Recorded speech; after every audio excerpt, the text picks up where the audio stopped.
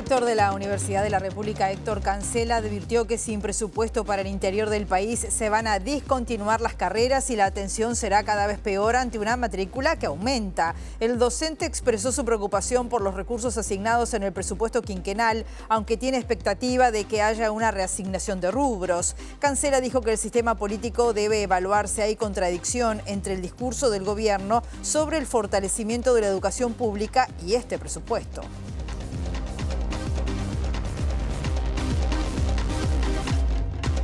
Hola, ¿qué tal? ¿Cómo están? Bienvenidas, bienvenidos a MBD Noticias. Comenzamos con la información con 21 grados a esta hora aquí en Montevideo. Una jornada que va a seguir con el cielo nuboso, periodos de algo nuboso, los vientos soplando el sector este entre 10 a 30 kilómetros por hora, con rachas que pueden llegar a los 40 kilómetros por hora y una máxima anunciada de 23 grados. Estamos viendo las cámaras del Centro de Gestión y Movilidad de la Intendencia de Montevideo. Dumioso Terra entre Goes y Nueva Palmira. Hay podas hasta el 10 de octubre. Chuy entre Luis Albisi y Enrique Pereda hasta el 17 de octubre van a estar trabajando en la repavimentación de la calzada. Washington entre Colón y Juan Monteverde hasta las 17:30 horas van a estar trabajando en obras de saneamiento.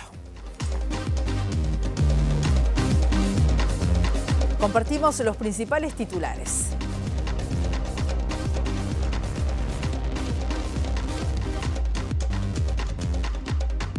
La ex vicepresidenta de la República, Lucía Topolansky, se refirió al programa del Frente Amplio y la no concreción en este momento del 6% para la educación en el presupuesto. En diálogo con MBD Noticias recordó la importancia de apostar a la educación y a fortalecer el INEFOP. El próximo lunes 6, la Comisión de Presupuestos, integrada con Hacienda de Diputados, comenzará la votación del proyecto de ley de presupuesto que tendrá el miércoles 8 la instancia para la presentación de informes y luego el jueves 9 la votación en general en el plenario. La cantidad de personas bajo la línea de pobreza se ubicó en 17,7% el primer semestre del año, proporción similar a la registrada en el mismo periodo de 2024 según datos del Instituto Nacional de Estadística. El total de personas bajo la línea de la indigencia representó el 1,8% de la población. La Junta Departamental de Montevideo aprobó la rendición de cuentas y el balance de ejecución presupuestal correspondiente al ejercicio 2024 de la Intendencia con los votos del oficialismo. El Teatro Circular lanzó una colecta solidaria para poder hacer frente a las obras y reparaciones que tendrán que llevarse a cabo en el lugar, luego de la afectación sufrida el pasado viernes por la rotura de una cañería en el edificio del Ateneo. Al menos 2 personas murieron y otras 3 resultaron gravemente heridas este jueves en un ataque cerca de una sinagoga en Manchester, en el noroeste de Inglaterra, cuando un hombre arrolló con su automóvil a varios peatones e hirió a otros con un cuchillo.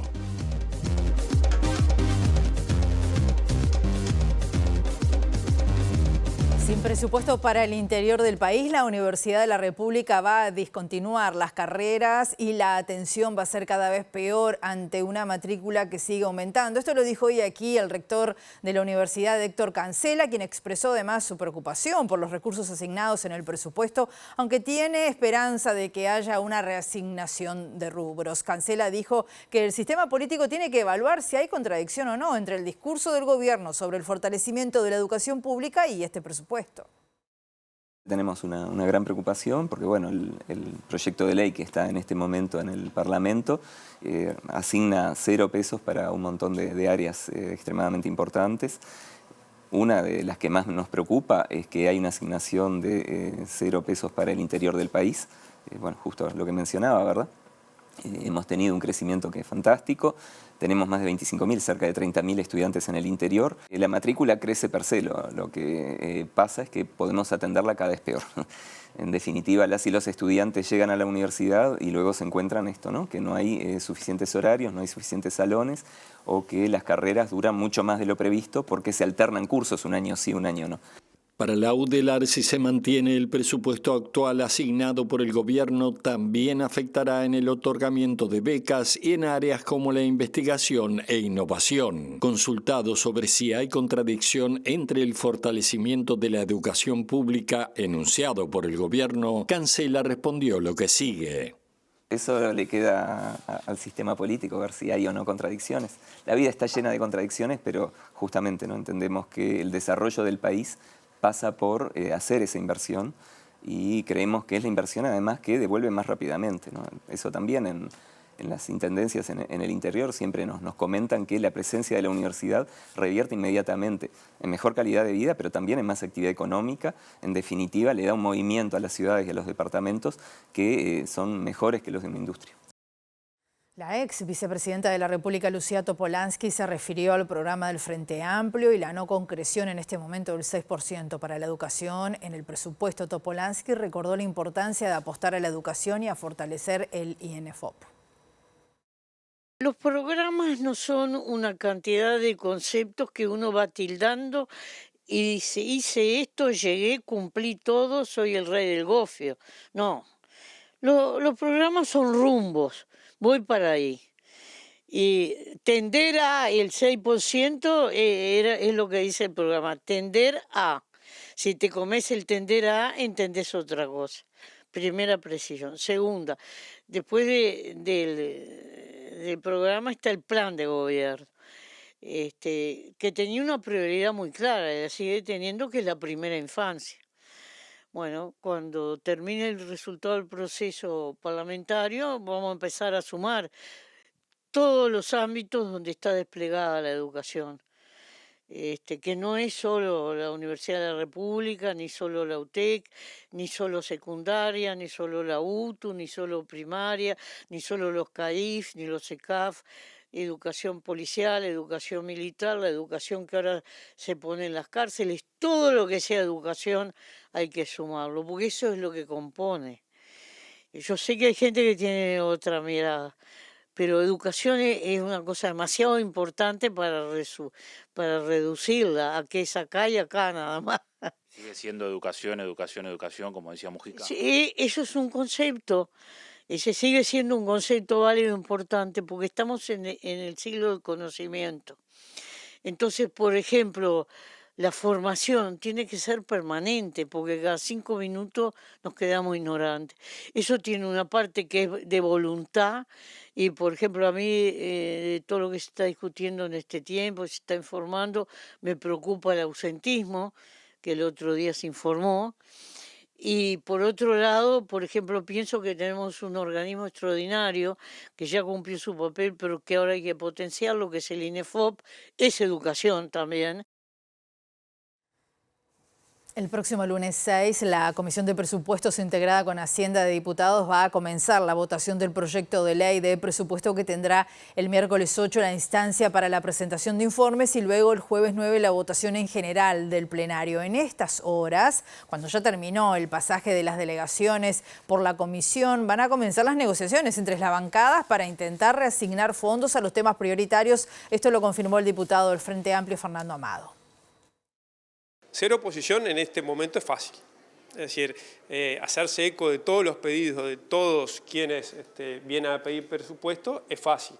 Lo difícil es ser gobierno y lo difícil es tener la responsabilidad de generar un presupuesto nacional equilibrado y que en definitiva apueste a las prioridades que el gobierno se trazó desde la campaña electoral. En ese sentido, es decir, cuando todo es prioridad, nada es prioridad. También es cierto que para nosotros el tema vinculado al Poder Judicial es un tema muy sensible.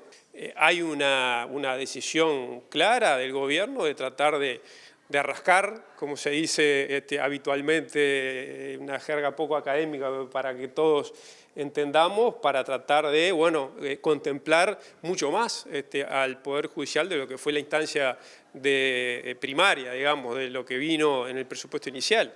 Y bueno, es parte de un proceso de negociación que estos días va a ser intenso, que obviamente el gobierno está comprometido a tratar de mejorar lo sustantivo y lo prioritario, que siente prioritario para la hora, pero para también, digamos, en perspectiva los 5 años. No olvidemos de que no es solo una situación concreta de este año, o sea, del año que viene que empieza a entrar en vigencia, sino de los 5 años.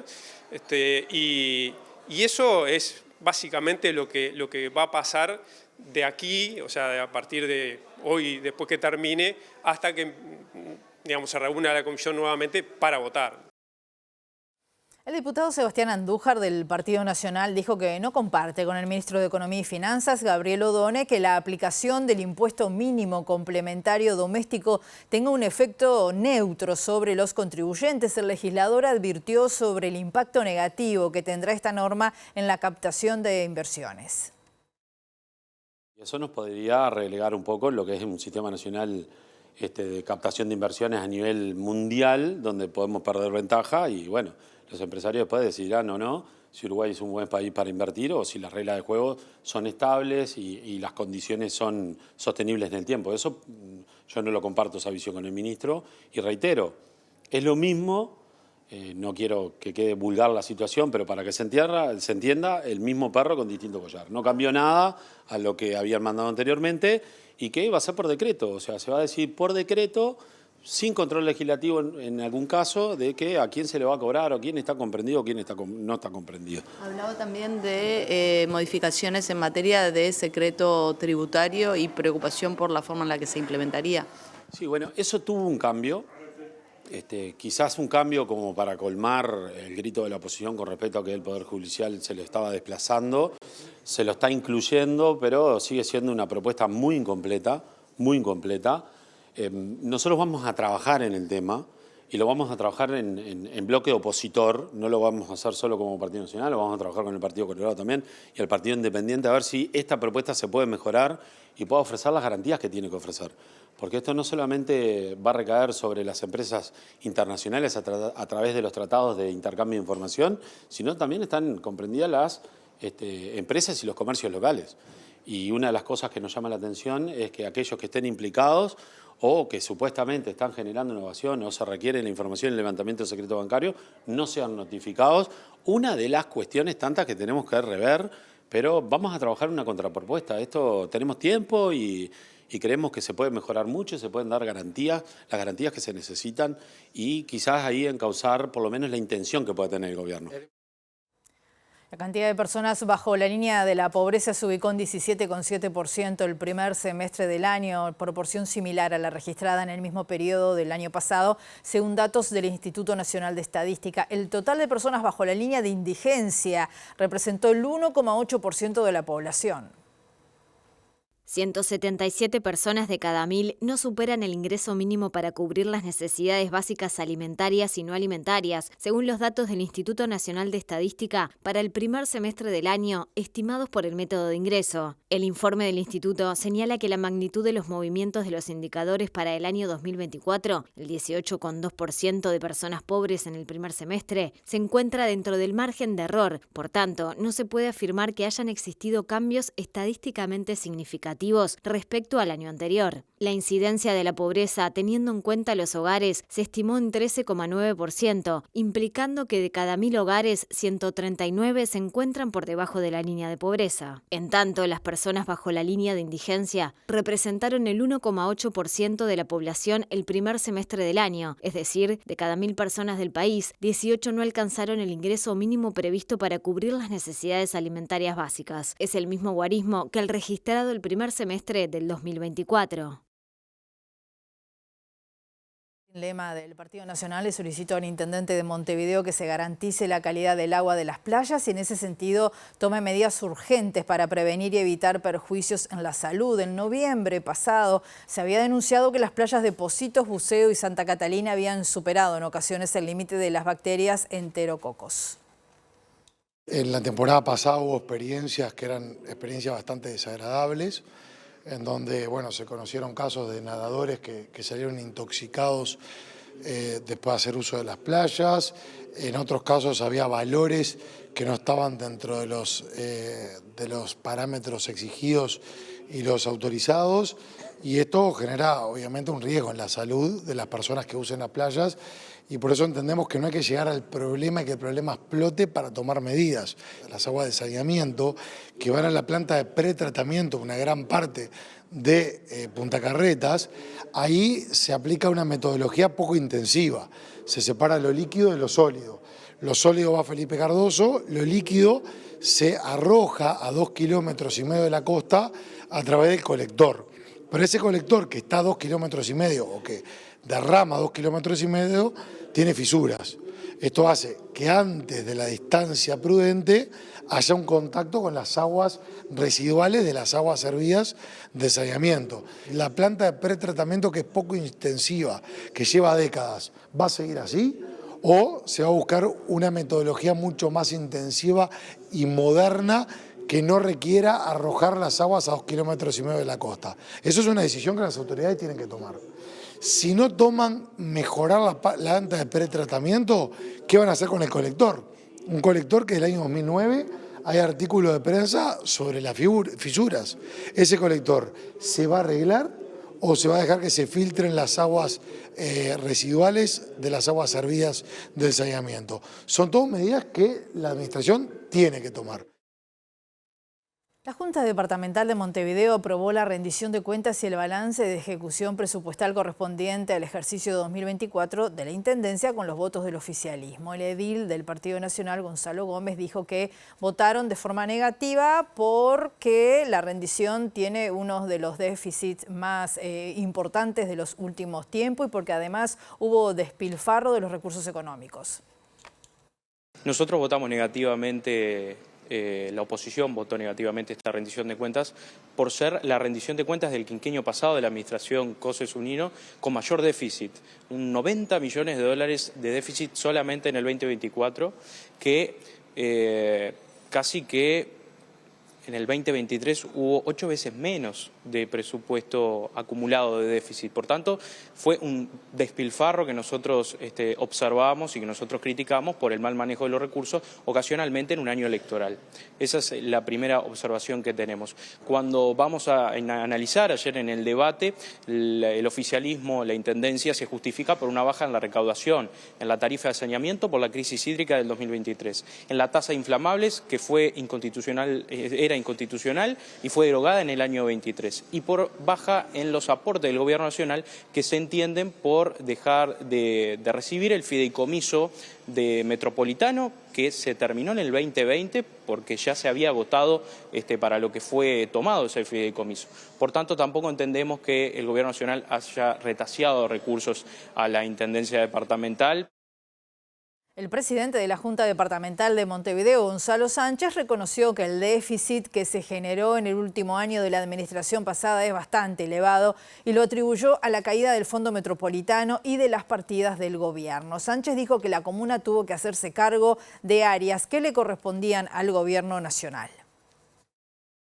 Es un déficit bastante importante y bastante elevado el que se dio en el último año, son 90 millones.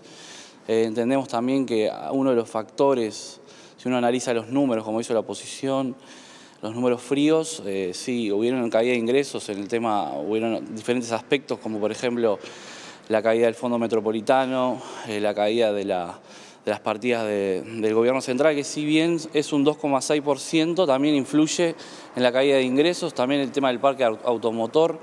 Se están empadronando menos autos en Montevideo, eso también es una caída en los ingresos.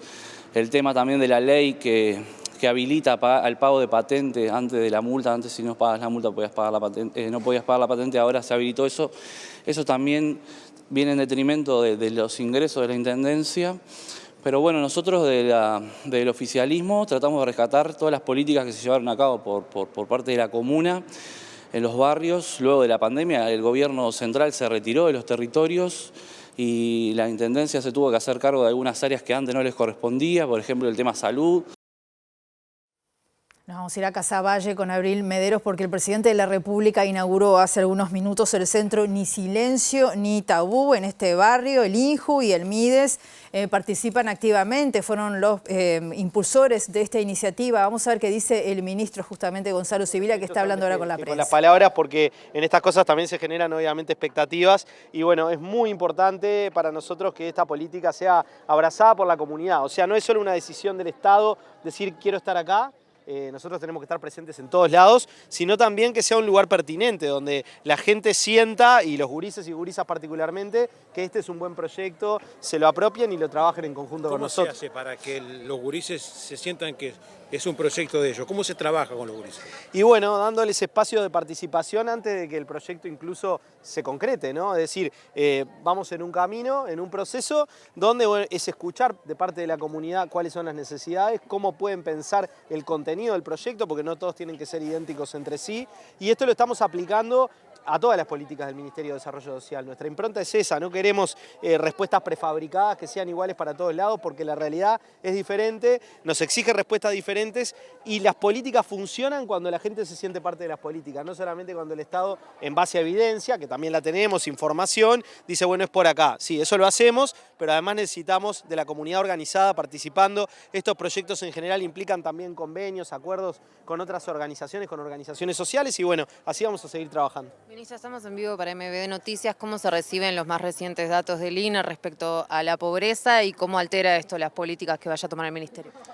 Bueno, la preocupación sobre los indicadores de pobreza, no solamente de pobreza, de desigualdad que tiene el Uruguay, para nosotros es permanente, ¿no? Información que recibimos es información que nos mueve a repensar la política, no solamente en base a los datos macro, es muy importante mirar los microdatos, ¿no? Es muy importante mirar cómo se distribuyen los problemas sociales en general en el territorio, dónde están ubicadas algunas de las problemáticas que tenemos y en base a eso dar también una respuesta diferenciada. Así que estudiaremos los datos como lo venimos haciendo con cada uno de los datos que aporta el Instituto Nacional de Estadística y también datos que recabamos de otro tipo de estudios y relevamientos y seguiremos focalizando la política en función de esos datos y pensando también en una política universal que tenga en cuenta las diferencias, que ese es para nosotros el gran desafío, ¿no? Hay un componente de la política social que es bueno, focalizar en algunos sectores de la población, pero además es muy importante que haya una política social universal que llegue a toda la sociedad, pero que tenga en cuenta las diferencias de los contextos, sensible al contexto, sensible a lo que va pasando en cada lugar. Bueno, en función de la información, de los datos, de la evidencia, obviamente se va afinando la puntería de la política social, de una política social que requiere obviamente el trabajo del Ministerio de Desarrollo Social, liderando muchos de estos programas, propuestas. Nosotros hemos dicho que vamos a trabajar y estamos ya trabajando en la defragmentación del Ministerio. Tenemos muchísimos programas, queremos simplificar eso para que haya más eficiencia también en el gasto en políticas sociales y requiere del apoyo y del trabajo de otras instituciones del Estado que llevan adelante políticas sociales importantísimas como la educación, la salud, bueno, de una política de trabajo activa, todo eso que el Gobierno Nacional tiene un compromiso muy fuerte. Muchas gracias, ministro. Le agradecemos la palabra al ministro de Desarrollo Social, Gonzalo Sibila, en el marco de esta presentación, esta inauguración del 7º Centro de Salud Mental para Adolescentes y Jóvenes, Ni Silencio Ni Tabú, aquí en el barrio Casaballe. Muy bien, muchas gracias Abril. Ahora recibimos a otro periodista, Eduardo Delgado, para hablar de Montevideo y turismo. ¿Cómo estás, Eduardo? Bienvenido. Un gusto saludarte, Rosina. Así es, porque desde ayer comenzó a cobrarse una tasa turística a las personas extranjeras mayores de 11 años que vengan a Montevideo, la capital del país. Es de $1 por día con un máximo de $5. Y para conocer más de esto estoy con la directora de Turismo de la Intendencia de Montevideo, con Karina Fortete, a quien le agradezco estos minutos y le consulto primero, bueno, cómo fue, digamos, todo este proceso que derivó en esta decisión. Es un proceso que ya viene desde hace algunos años y algunas administraciones. Cuando se tuvo un primer borrador de plan, se empezó a trabajar también con la Asociación con la Asociación de Hoteles y Restaurantes del Uruguay, porque los agentes de percepción son los hoteles, y en ese trabajo de la gobernanza público-privada es que definimos un procedimiento que empezamos a implementar ayer, como bien decías. ¿Y a qué se va a destinar el dinero que se recaude con esta tasa? Se va a destinar a un fondo de sostenibilidad turística Entonces, todos los hoteles que reciban y cobren la tasa van a tener a los 3 meses, cada 3 meses van a transferir ese dinero a ese fondo que lo va a administrar la Intendencia de Montevideo a través de la División Turismo, y se va a definir su uso en conjunto con el Consejo Departamental de Turismo, que está integrado por la Asociación Turística de Montevideo, la Asociación de Hoteles y Restaurantes, la Academia, la Junta Departamental y la Intendencia de Montevideo. Y ahí en conjunto vamos a definir dentro de las líneas específicas que ya están establecidas en la normativa, que es mejora de servicios turísticos, mejora de infraestructura y promoción turística y posicionamiento del destino tanto nacional como internacionalmente. ¿Cuánto estiman recaudar con esta tasa? Bueno, ese dato exacto no te lo voy a decir tan claro, pero no, estamos pensando en aproximadamente $1 millón, pero anual, pero tenemos que ser muy cautelosos con eso porque va a ser un ensayo que estamos haciendo.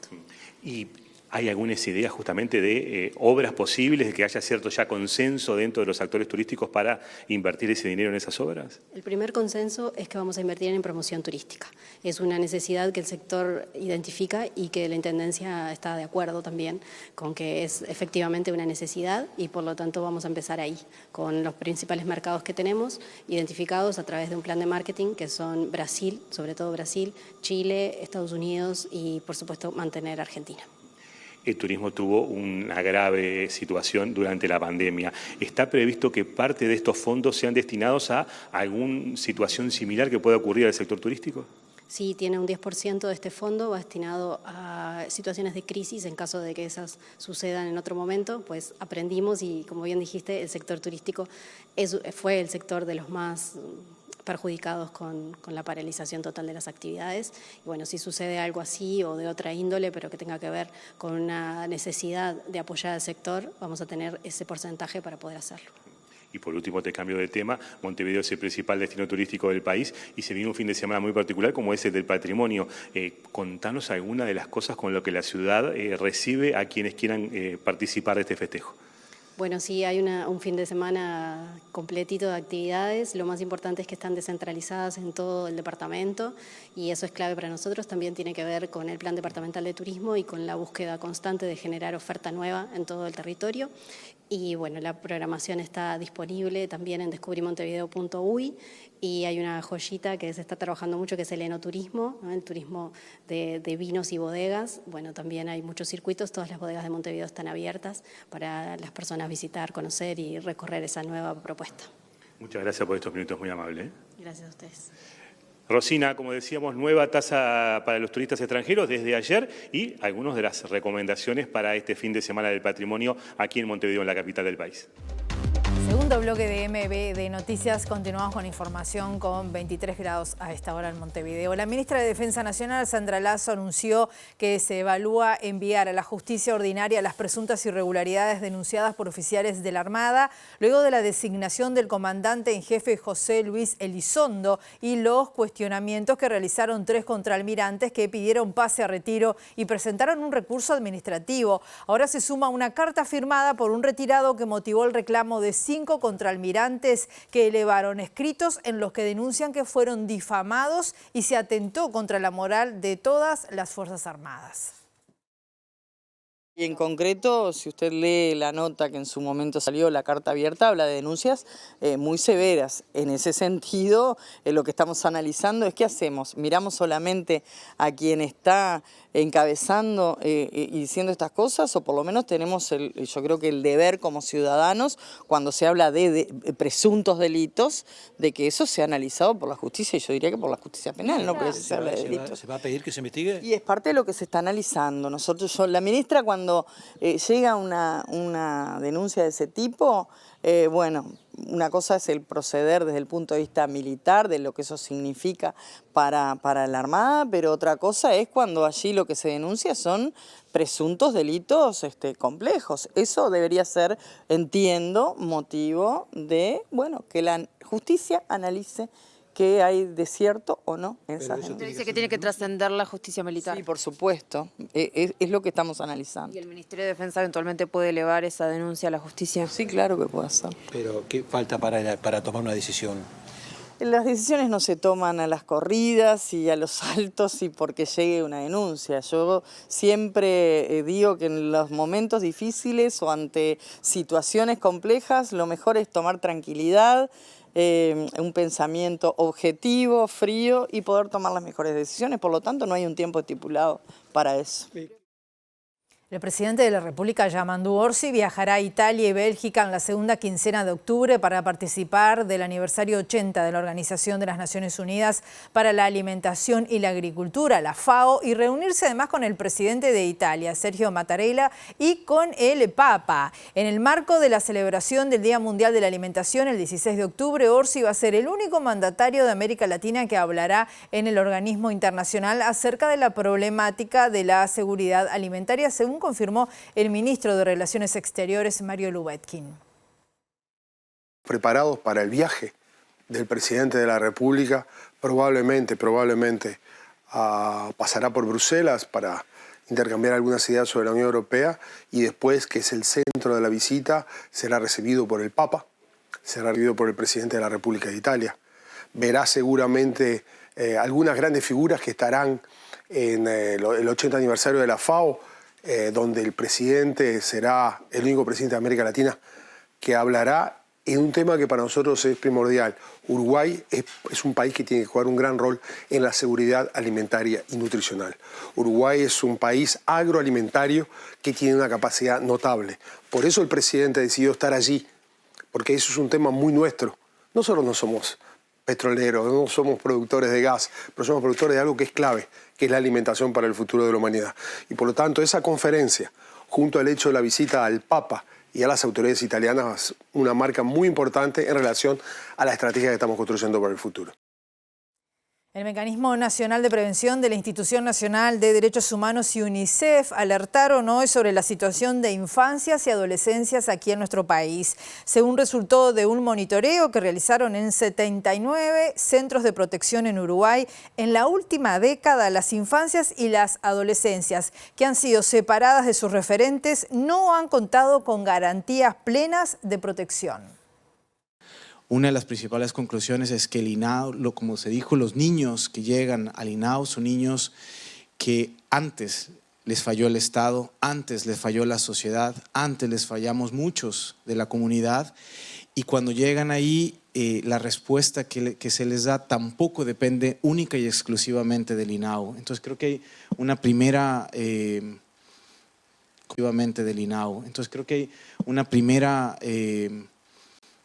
como un gran punto de debate es qué se puede hacer colectivamente, qué puede hacer el INAO para mejorar la situación, pero qué podemos hacer todos antes, durante y después para que precisamente ese tránsito sea el menos posible, el más protector posible, el más corto y también el más respetuoso de sus derechos, antes, durante y después.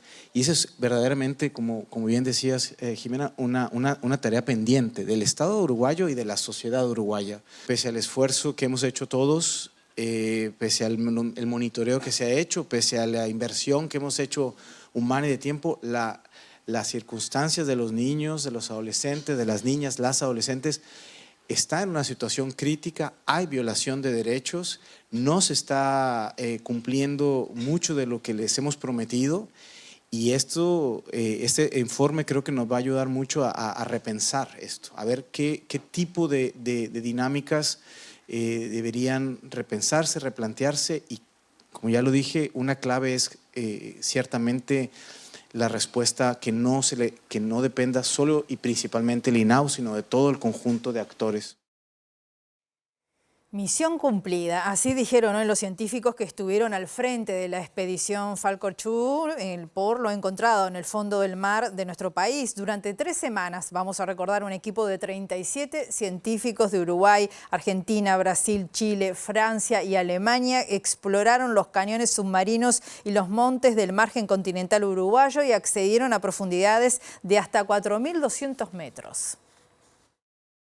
Los coordinadores del equipo científico Álvar Carranza y Leticia Burone, junto a Claudia Piccino y Fabricio Scarabino, Rodrigo Torres y Beatriz Giannicelli, investigadores principales de la expedición, compartieron los principales hallazgos. La expedición recolectó además 1.250 litros de agua para analizar la contaminación por microplásticos y diversidad microbiana. Los resultados preliminares confirman la presencia de residuos plásticos incluso en zonas profundas. Unos 16.000 y pico de registros de organismos, de especies, de individuos, de registros faunísticos y ambientales, 16.000 y pico, sobre un total de unos 112.000. Son capturas de información instantánea, léase todas las variables ambientales asociadas a un momento, una profundidad, una latitud, longitud específica, y recorrimos aproximadamente unos 64.64 kilómetros del fondo marino con el ROV, para un tiempo total de fondo de unas 200 horas, que implica más horas de video. Fue un mes muy intenso de trabajo, donde realmente dormíamos muy poco y trabajábamos mucho, pero destacar que respondimos como equipo científico y si bien a veces uno no tiene la tecnología necesaria, sí sabemos que tenemos las capacidades, los recursos humanos los tenemos y quedó claro en esta campaña que teníamos el conocimiento teórico necesario para afrontar la situación y lo conseguimos. Creo que eso es misión cumplida, ahora empieza otra etapa. Último bloque de MBD Noticias. Continuamos con la información. Les contamos que la Federación de Obreros de la Industria de la Carne y Afines, FOICA, está realizando un paro de 24 horas para esta jornada en reclamo de una entrevista con el presidente Yamandu Orsi. Según un comunicado del sindicato, más de 600 familias están sin cobertura de seguro de paro, sin cobertura de salud y enfrentando además consecuencias asociadas a estas cuestiones, dice el comunicado. Por su parte, el secretariado del PIT-CNT definió la realización de un paro general parcial para el próximo 29 de octubre ante la situación de los conflictos vigentes y denunciando el despido de casi 300 funcionarios municipales en el departamento de Salto, así como la situación de otras intendencias. Del 8 al 19 de octubre se va a llevar a cabo la Semana de la Valleja con la consigna Fiesta de Nuestros Pueblos. Se involucra allí en la festividad a los pueblos del departamento, además de los tradicionales fogones y la parrilla artística musical. La propuesta para esta edición número 52 es una invitación a recorrer la Valleja para quienes viven dentro y fuera de ese departamento. Yo creo que es una buena excusa para volver al pago. Va a haber fiesta en todos los pueblos de La Valleja. Hemos hecho una descentralización real de lo que es la Semana de La Valleja y hemos involucrado a todos los municipios que van a tener su fiesta enmarcadas en lo que es la Semana de La Valleja, donde va a haber áreas culturales, espacios de música. Va a haber una exposición muy linda en la plaza. Nosotros queremos invitar a la gente, no solo a la gente de La Valleja, sino a toda la gente del Uruguay y sobre todo a nuestros vecinos. Tenemos la suerte de tener como vecinos al 60% de la población del Uruguay y hay mucha gente que para mucha gente ya es un clásico la Semana de La Valleja. Lo que yo los invito a no ir solamente a los espectáculos musicales, sino a participar, a tomarse el tiempo para estar un fin de semana en La Valleja, aunque es difícil conseguir alojamiento, o sea que el que defina ir tiene que moverse ya. Pero no ir solamente a escuchar la buena grilla que tenemos de espectáculos, sino a recorrer la ciudad. Va a haber una intervención en el centro de la ciudad con una exposición, con una réplica del Museo del Prado, que se inicia la Semana de La Valleja con la presencia del embajador de España. En la UTEC que se está para inaugurar, que es un precioso edificio que vamos a tener. Va a haber jazz con estudiantes de la UTEC que vienen de Mercedes, va a haber una jornada de campeonato nacional de ajedrez. Son pequeños ejemplos de que la gente, para invitar a la gente que vaya a la Semana de La Valleja. El intendente de La Valleja dijo además que se trabaja en potenciar al departamento como punto turístico del país. Para ello se busca mejorar la caminería, el acceso a Internet y la conectividad del departamento.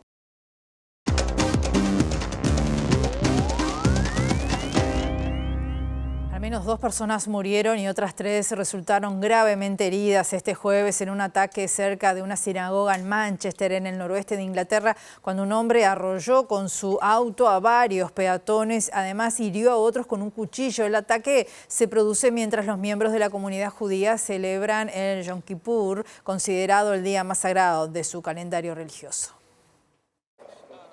El ataque tuvo lugar en las inmediaciones de la sinagoga Heaton Park, situada al norte de Manchester, una zona con una importante comunidad judía a unos 6 kilómetros del centro de la ciudad, cuando, según testigos, un auto arrolló a los transeúntes y varias personas fueron apuñaladas en el exterior del edificio. El incidente se ha producido durante la festividad religiosa de Yom Kippur, el día más sagrado para los judíos y en el que muchas personas que habitualmente no concurren a una sinagoga, lo hacen en este caso varias veces al día para rezar. La situación generó una gran confusión y muchas personas permanecieron encerradas en el templo hasta que la policía logró abatir al atacante mientras investiga si hay otros involucrados y cuál es el origen del ataque. Hasta el momento 2 personas han muerto además del atacante y otras 3 han resultado gravemente heridas, mientras las autoridades han declarado que el peligro inmediato parece haber pasado, pero advierten a los ciudadanos que eviten la zona, mientras que la policía activó la Operación Plato, un conjunto de respuestas de los servicios de emergencia ante incidentes a gran escala, entre ellos ataques terroristas indiscriminados. El primer ministro británico Keir Starmer, que se encontraba en Copenhague para la cumbre de la Comunidad Política Europea, regresó a Londres de inmediato y se mostró conmocionado por el ataque, asegurando que se desplegarían recursos policiales adicionales en las sinagogas de todo el país. Nos vamos, volvemos a las 18:30 a nuestra edición central o mañana la primera edición a las 8. Que pasen muy bien.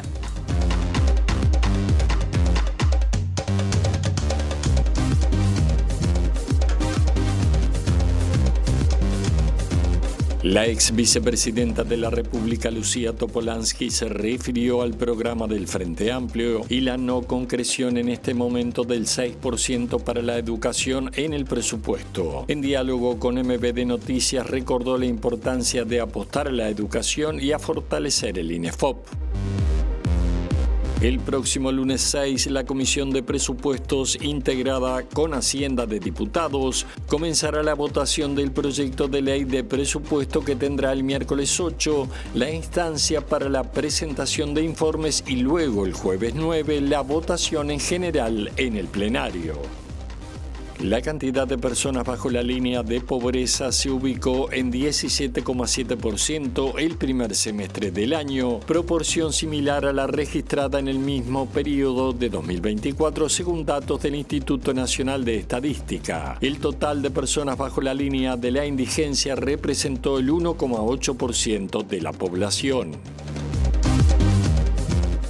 La Junta Departamental de Montevideo aprobó la rendición de cuentas y el balance de ejecución presupuestal correspondiente al ejercicio 2024 de la Intendencia con los votos del oficialismo. El Teatro Circular lanzó una colecta solidaria para poder hacer frente a las obras y reparaciones que tendrán que llevarse a cabo en el lugar, luego de la afectación sufrida el pasado viernes por la rotura de una cañería en el edificio del Ateneo. Al menos 2 personas murieron y otras 3 resultaron gravemente heridas este jueves en un ataque cerca de una sinagoga en Manchester, en el noroeste de Inglaterra, cuando un hombre arrolló con su automóvil a varios peatones e hirió a otros con un cuchillo.